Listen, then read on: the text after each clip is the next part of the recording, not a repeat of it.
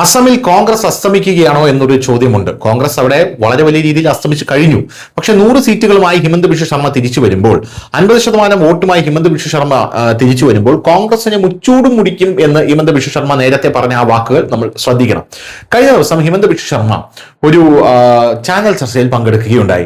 അദ്ദേഹം പറഞ്ഞൊരു പ്രധാനപ്പെട്ട ഒരു കാര്യം എന്ന് പറയുന്നത്, ചാനൽ അവതാരിക ഹിമന്ത് ബിശ്വ ശർമ്മയോട് ചോദിക്കുന്നുണ്ട്, നിങ്ങളുടെ ദയയാണോ ഈ കോൺഗ്രസിന്റെ 19 സീറ്റുകൾ എന്ന്. കോൺഗ്രസ് അവിടെ 19 സീറ്റുകൾ നേടിയിട്ടുണ്ട്.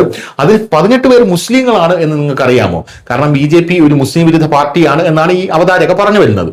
അപ്പോൾ ഹിമന്ത് ബിശ്വ ശർമ്മ തിരിച്ചൊരു ഞെട്ടിക്കുന്ന വെളിപ്പെടുത്തലാണ് ആ അവതാരികയോട് നടത്തിയത്. നിങ്ങൾക്കൊരു കാര്യം മനസ്സിലായിട്ടില്ല. അപ്പോൾ അവതാരിക ചോദിക്കുന്നത് എന്താണത് എന്ന് ചോദിക്കുമ്പോൾ, ഈ 19 പേരിൽ പലരും ഞങ്ങളുടെ ആൾക്കാരാണ്. ഏത് നിമിഷം വേണമെങ്കിലും അവർ ഞങ്ങൾക്ക് വേണ്ടി പ്രവർത്തിക്കും. ഞങ്ങളുടെ സ്ലീപ്പർ സെല്ലുകളാണ് ഈ 19 കോൺഗ്രസ് MLA മാർ എന്നാണ് ഹിമന്ത് ബിശ്വ ശർമ്മ പറഞ്ഞത്. ഇത് കോൺഗ്രസ് ക്യാമ്പിൽ ചില്ലറ ഒരു പ്രതിസന്ധി ഒന്നുമല്ല ഉണ്ടാക്കിയിരിക്കുന്നത് എന്ന് നമ്മൾ മനസ്സിലാക്കണം. കോൺഗ്രസ് ക്യാമ്പിൽ വലിയ കോളിളക്കം തന്നെ ഇത് സൃഷ്ടിച്ചു.